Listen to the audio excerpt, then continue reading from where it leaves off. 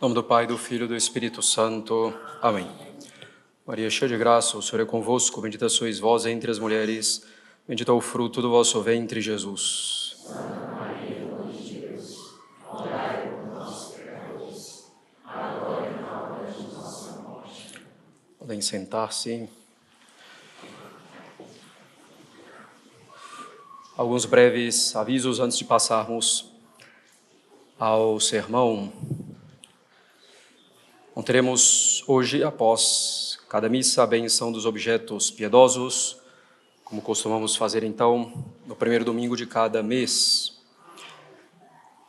Como dissemos reiteradamente, em particular também no sermão que fizemos há 2 semanas, vai lembrar que não se conversa dentro de uma igreja, de uma capela, nem antes da missa chegando, esperando, nem durante, nem depois.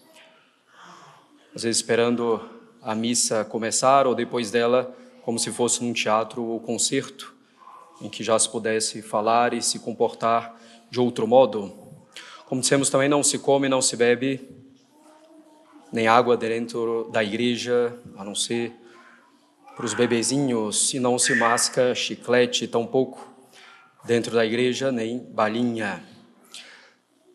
Um pedido também que tenho a fazer é que não tornem a capela um entreposto, no sentido de virem, deixarem alguma coisa em algum lugar dela, para que depois outra pessoa em outro horário venha buscar, pegar.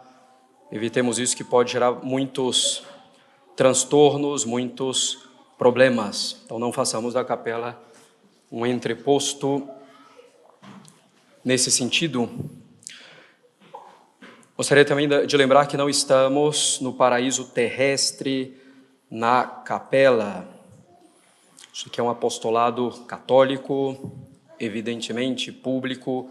Qualquer um pode vir aqui, em qualquer momento de uma cerimônia, pode frequentar. Então, é preciso ter todo cuidado, sobretudo com filhos pequenos, não deixá-los soltos, indo ao banheiro sozinhos, crianças que eles estão entrando na juventude, na adolescência. Podemos ter aí também problemas graves. Lembramos também que adotamos o antigo costume, até bem pouco tempo em vigor, na Igreja Universal, de os homens ficarem de um lado, as mulheres de outro, os homens desse lado onde eu estou, o lado da Epístola, as mulheres do lado do Evangelho, do outro lado em que me encontro agora. As famílias podendo sentar juntas em qualquer lugar.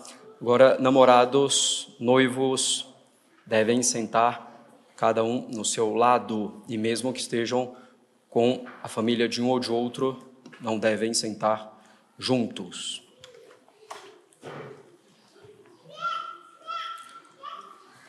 Os caros católicos, há 15 dias fizemos um sermão relembrando alguns pontos muito importantes que nós, como católicos, devemos levar em conta, pontos sobre os quais devemos prestar bastante atenção para não nos deixarmos simplesmente vivendo como o mundo, pouco a pouco, ou às vezes já em coisas graves diretamente. Falamos então assim do comportamento na igreja, do ornato, sobre tatuagens, redes sociais, videogames, filmes, séries, vídeos, novelas, reality shows, televisão, desenhos animados, música, dança, academia, banhos públicos, namoro, política, autodidatismo, entre alguns outros aspectos.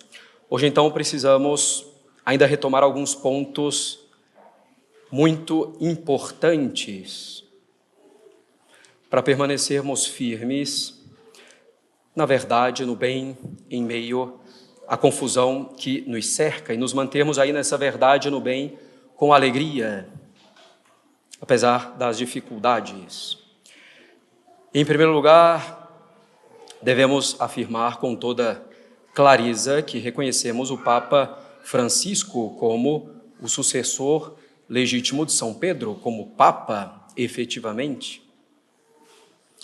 Não aderimos a nenhuma tese, a nenhum tipo de tese sede vacantista que afirma que a sé de Pedro está vacante. Portanto, se alguém pensa que o Papa Francisco não é o Papa, aqui não é o lugar para tanto e para ficar. Se não temos o mesmo Papa, não temos sequer a mesma igreja, ao final das contas. E é preciso também lembrar que a igreja estabelece as condições de infalibilidade do Papa, as condições em que ele é infalível, que ele ensina realmente sem ter a possibilidade de erro. E a igreja não coloca essas condições, não faz a distinção entre o magistério infalível e o não infalível, sem necessidade, à toa, inutilmente. Reconhecemos então que há graus de autoridade no magistério do Santo Padre, o Papa, graus de autoridade no ensinamento dele, portanto, graus também de assentimento, de adesão. Se é um ensinamento infalível, devemos uma adesão absoluta. Dessa forma, um ensinamento que não reúne as condições de infalibilidade pode conter um erro, não é que contenha, pode conter. E se percebemos, com toda humildade, reconhecendo a nossa fraqueza, que há ali um erro, seja contra a razão, contra uma verdade que a igreja já definiu, uma verdade revelada que a igreja definiu já infalivelmente, se há um erro assim, no ensinamento não infalível, podemos não aderir, que devemos não aderir, inclusive essa é a doutrina católica. Ficar sem o Papa, ficar sem a autoridade suprema numa sociedade como a igreja durante 30, 40, 50 anos, significaria que as portas do inferno teriam prevalecido contra a igreja de nosso Senhor Jesus Cristo.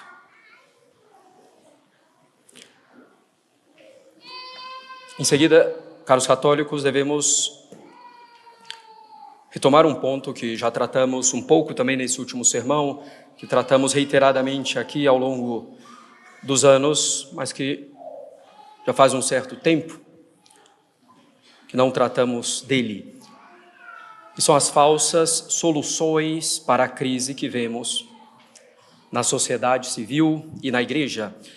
A primeira falsa solução é, de algum modo, colocar a política na frente da religião. Claro, estamos falando da religião católica, a única verdadeira, e é o erro que se comete tanto à esquerda quanto à direita. A esquerda com a teologia da libertação, a direita cedendo a um movimento conservador com princípios errôneos,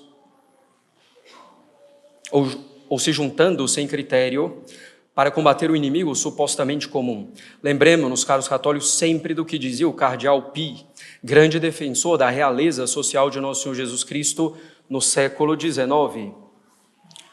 Ele afirmava que a questão social será resolvida pela questão religiosa, e a questão religiosa diz respeito, sobretudo, à questão do culto. E nós podemos acrescentar a questão do culto diz respeito, sobretudo, à questão da missa. Dentro dessa questão toda,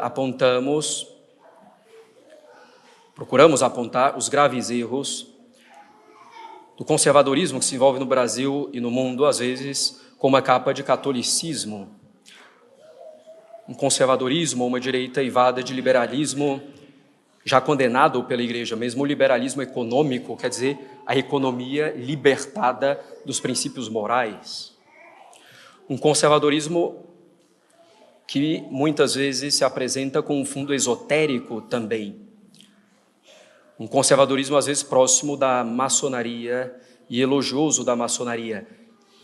Entendamos aqui maçonaria como um gênero, sociedades secretas que conspiram contra a igreja.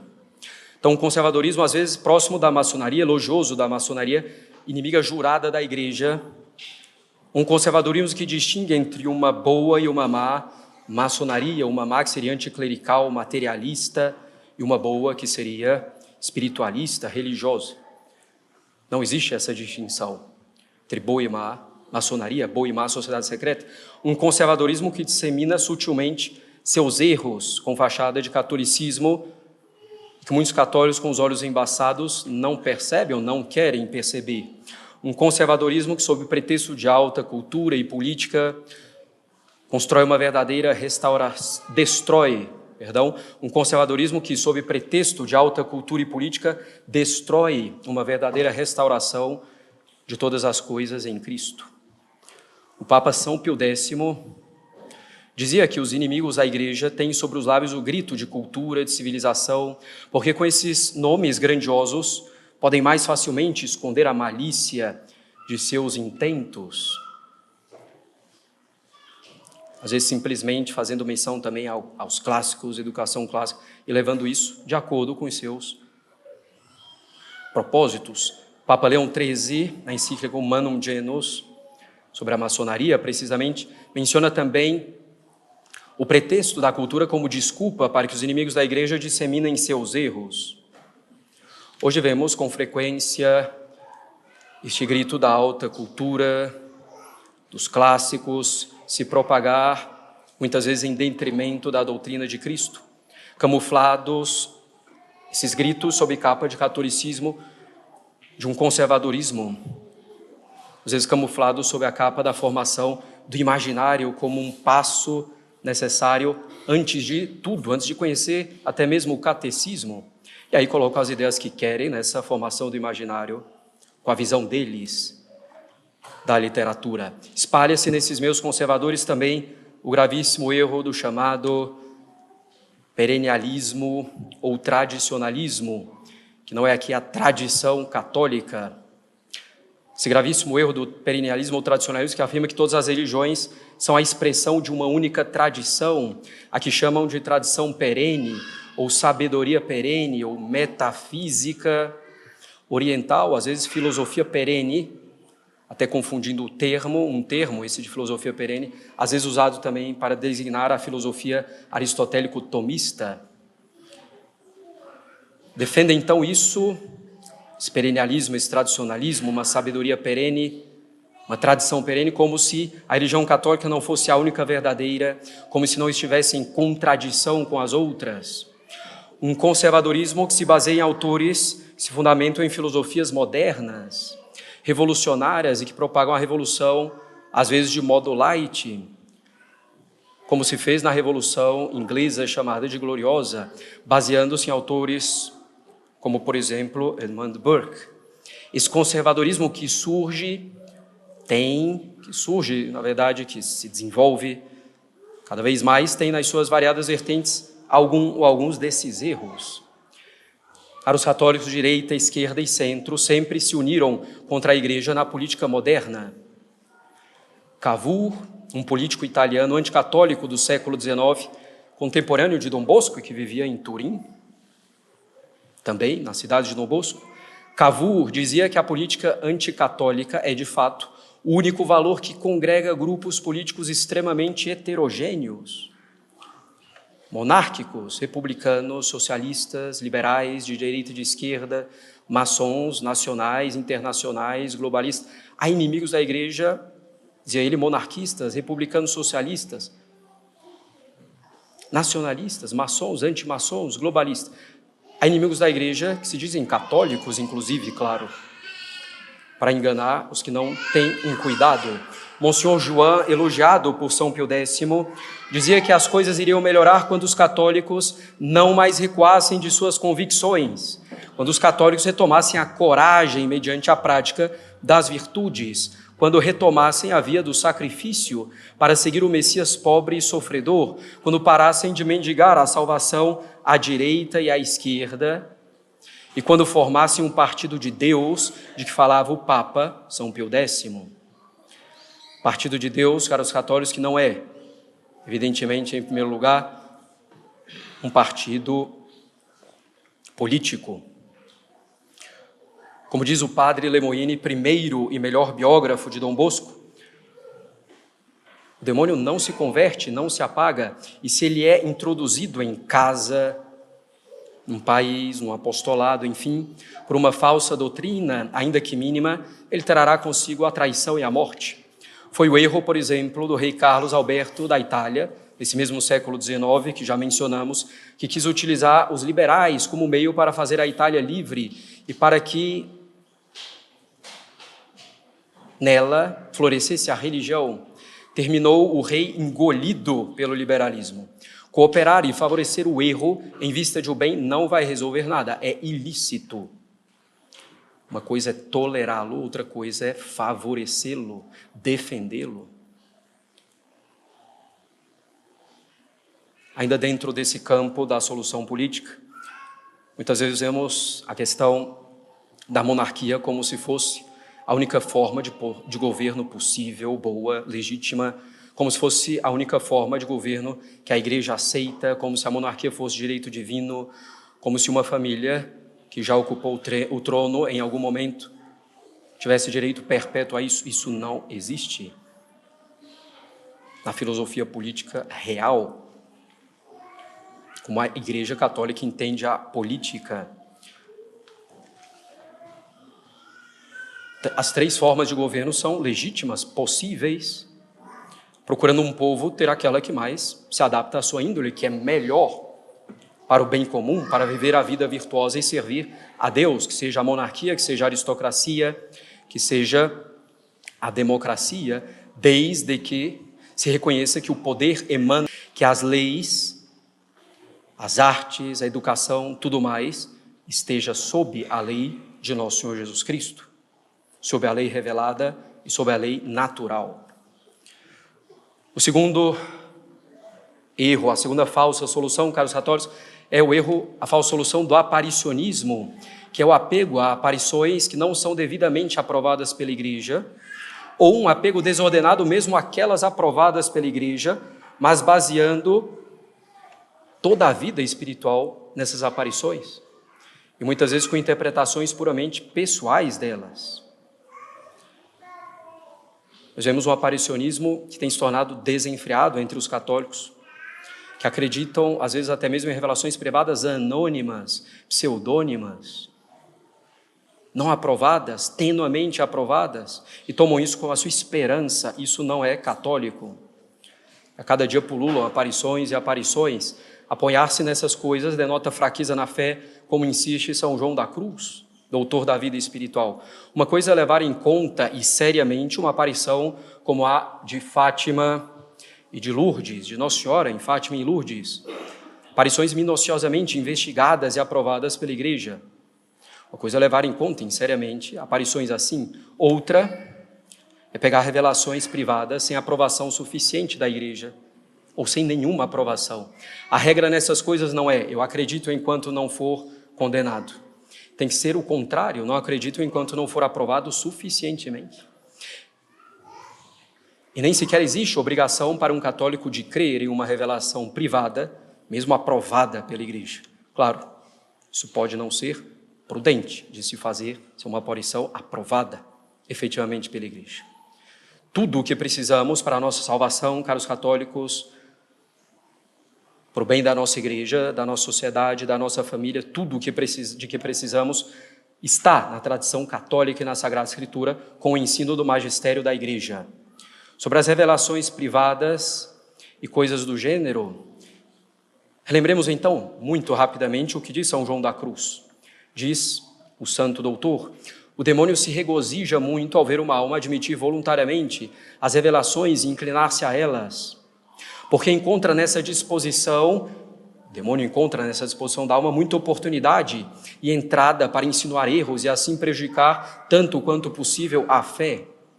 Torno a dizer, diz o santo, a alma presa às graças sensíveis permanece ignorante e grosseira na vida da fé e fica sujeita muitas vezes a tentações graves e pensamentos importunos. E ainda o santo, a alma deve acautelar-se de todas as revelações privadas para caminhar pura e sem erro na noite da fé à união divina.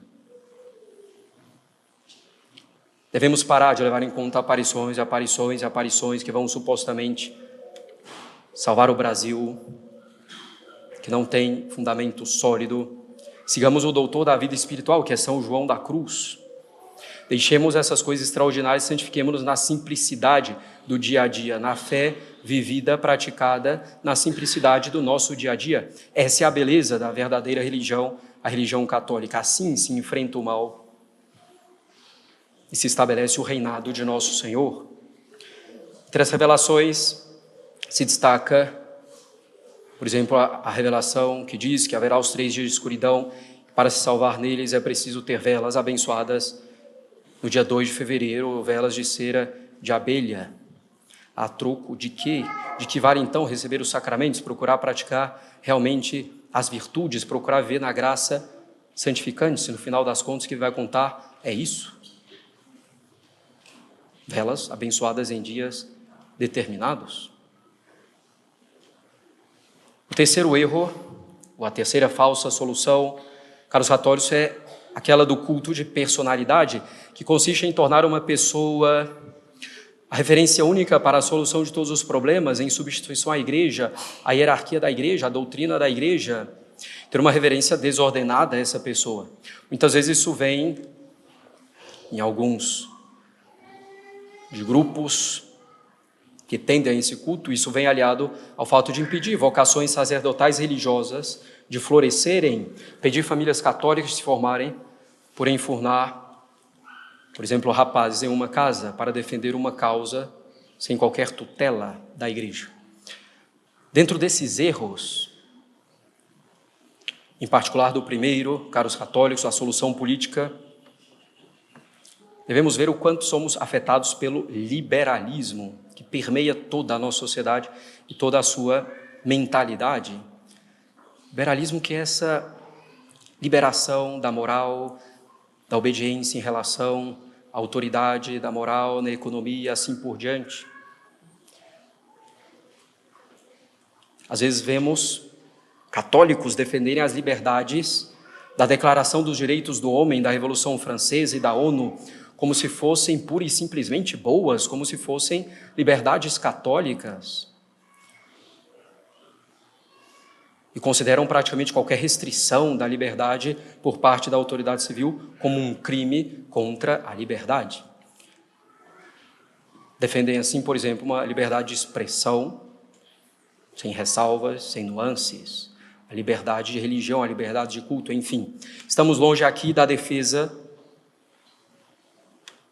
da boa liberdade, nesse caso, que é a liberdade de mover-se no bem, que é a liberdade que pode ser limitada em muitos aspectos em vista de bens realmente superiores e para evitar males, pecados, às vezes até a dissolução da sociedade. Vemos às vezes como tantos aderem à direita global com seus princípios para criticar o globalismo de esquerda e defendendo um nacionalismo que não é o amor à pátria cristão. O nacionalismo continua afastado do reinado social de Cristo. Ainda muitas vezes vemos a guerra cultural tomar preponderância em tudo, em vez de considerar que é uma guerra espiritual em primeiro lugar. É a religião em primeiro lugar, mais uma vez, é a santificação de cada um de nós, das nossas famílias, e colocam então estratégias humanas, naturais, à frente do sobrenatural, à frente da graça, da busca pela santificação. Vemos também muitos erros em relação ao papel do Estado. O católico não tem uma teoria fixa com relação ao tamanho do Estado, que pode ser, de fato, esse Estado maior ou menor, dependendo das circunstâncias, da necessidade. O católico sabe que se deve evitar o liberalismo, o libertarianismo, o anarcocapitalismo, totalitarismo de qualquer ordem, o socialismo, o comunismo de todos os tipos e tantos outros ismos dessa ordem. O católico sabe que o Estado deve levar em conta o princípio de subsidiariedade, deixando que as sociedades menores tenham iniciativas e façam o que puderem, o que conseguem. O Estado supre, regula, auxilia quando necessário. Isso pode ser mais ou menos intenso, dependendo das circunstâncias. O católico sabe que a propriedade privada e a boa livre iniciativa devem ser preservadas pelo Estado. Em parte da lei natural. salvo casos pontuais em que podem ser restringidas, em maior ou menor medida, em que o bem comum realmente exige o contrário, um bem comum verdadeiro. O católico sabe que o Estado deve equilibrar o bem comum e o bem particular dos seus membros, que o bem comum verdadeiro prepondera, mas que ele não pode esmagar o bem particular. O católico sabe que o Estado não pode ser totalitarista, estabelecendo o bem comum como único bem, e no mais às vezes estabelecendo como bem comum o próprio Estado. É um erro grave.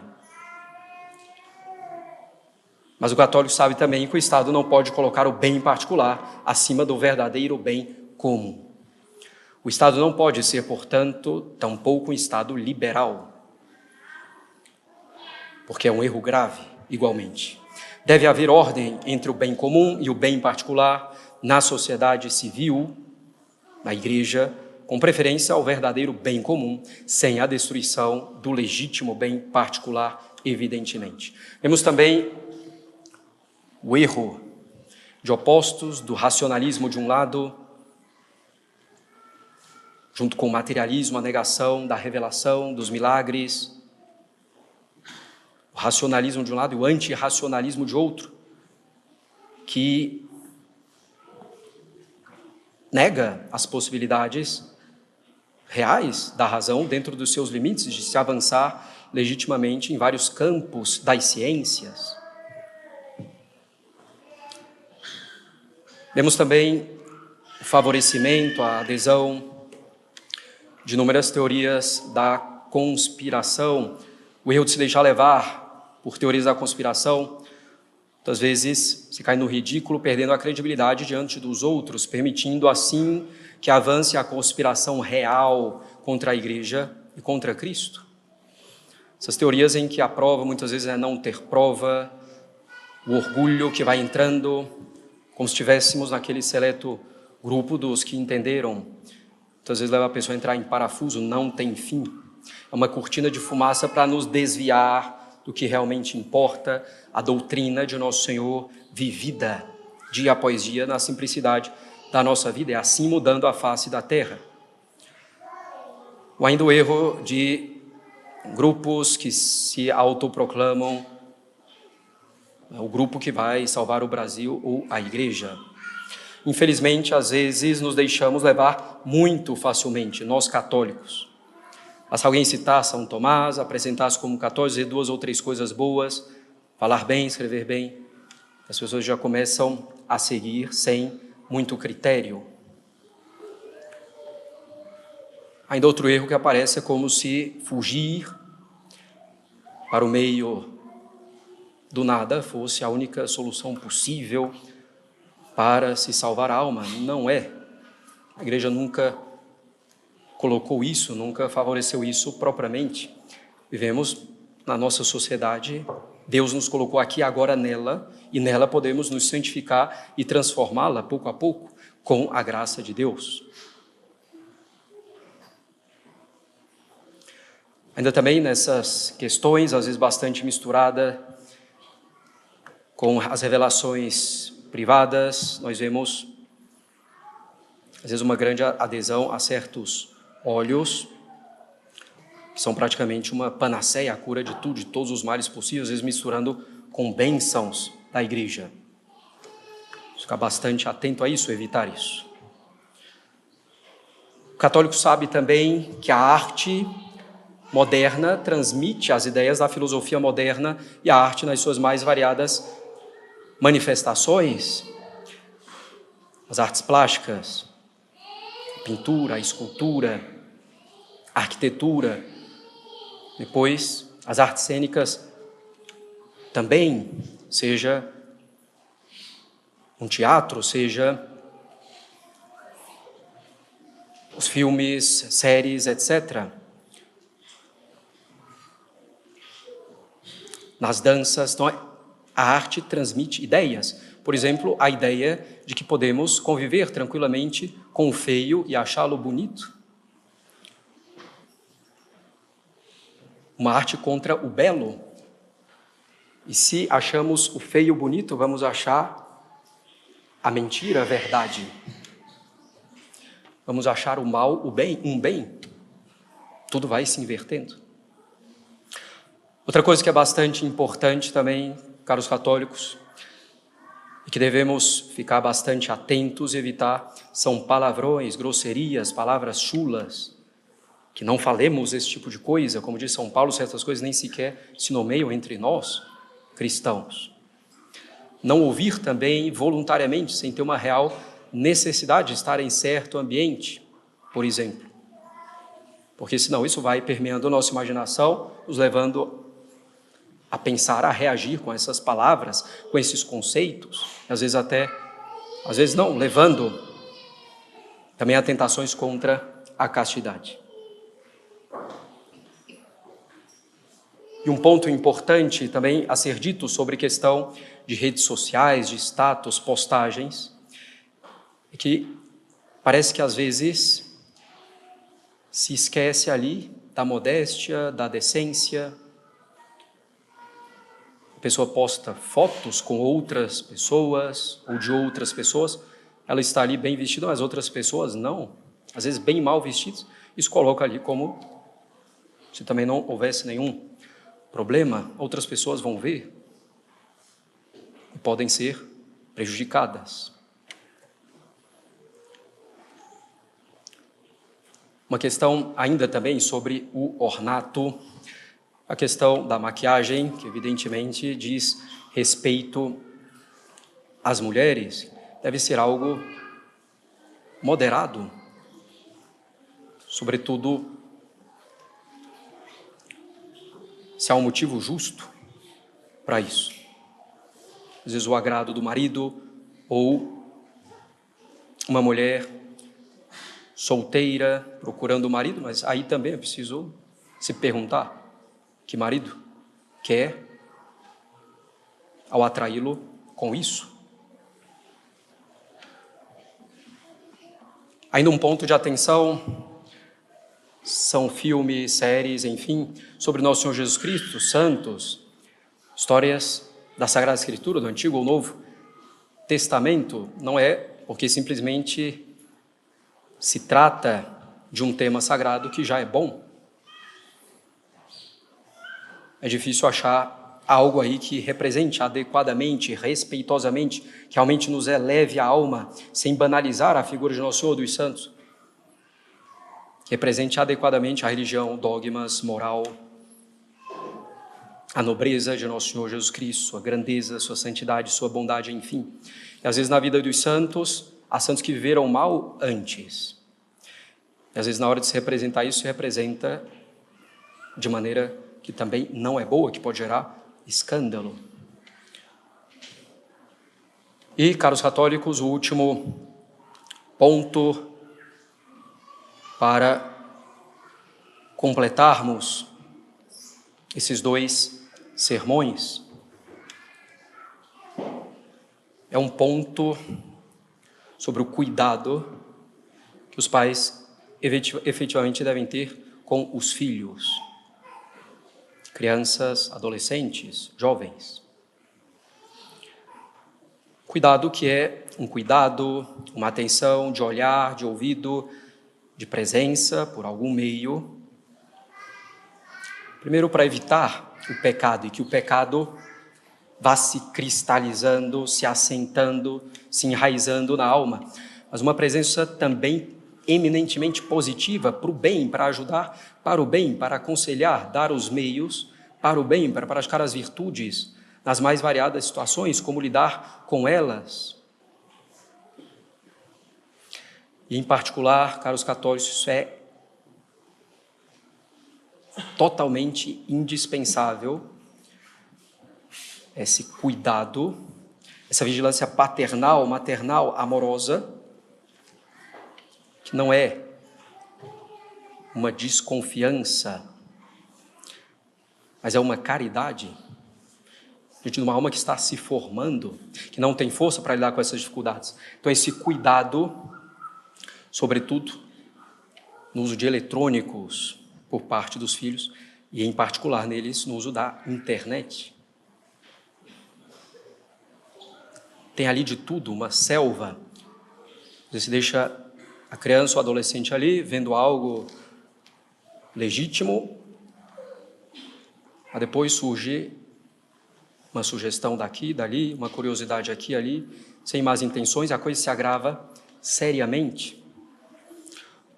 Ou as conversas sobre as quais não se tem conhecimento, com colegas, amigos, outros de sexo oposto, às vezes conversas que começam inocentemente, mas que logo vão chegar a coisas graves. A paixão vai crescer, é a natureza humana.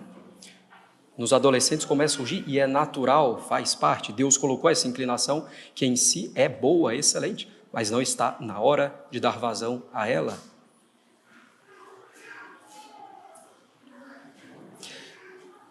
E quantas vezes nós conhecemos pessoalmente casos, crianças, adolescentes, conhecemos pessoalmente, na vida, casos de crianças e adolescentes que foram aliciados na internet para as baixezas mais bárbaras, mais graves, com uma ferida profunda, uma destruição daquela criança, daquele adolescente, daquela família, porque não havia ali esse cuidado. Se não houver esse cuidado, todo o resto vai ser praticamente inútil, as orações, as instruções, as correções, os prêmios, os castigos, porque o inimigo vai semear cisânia durante a noite, durante esse uso dos eletrônicos da internet, sem uma supervisão adequada. Começamos a falar um pouco disso na nossa primeira aula da Faculdade Livre para a Paz e entraremos em coisas mais práticas na seguinte. É preciso levar isso aqui muito a sério. Ai dos pais que deixam os filhos usarem internet e eletrônicos sem uma supervisão séria, sem um cuidado sério, um cuidado de caridade que vai exigir sacrifício, um certo desgaste, que é necessário aqui, também vai dando os meios para a criança, para o jovem, vai dando os meios para a criança, o jovem, praticar uma boa liberdade, pouco a pouco, para que seja capaz de praticar boa liberdade, chegando à idade adulta. Mas é preciso ir, pouco a pouco, monitorando, ajudando, cuidando verdadeiramente, com toda a caridade, todo o amor. Sem isso, a obra desmorona, a educação do filho, a família e mesmo o apostolado.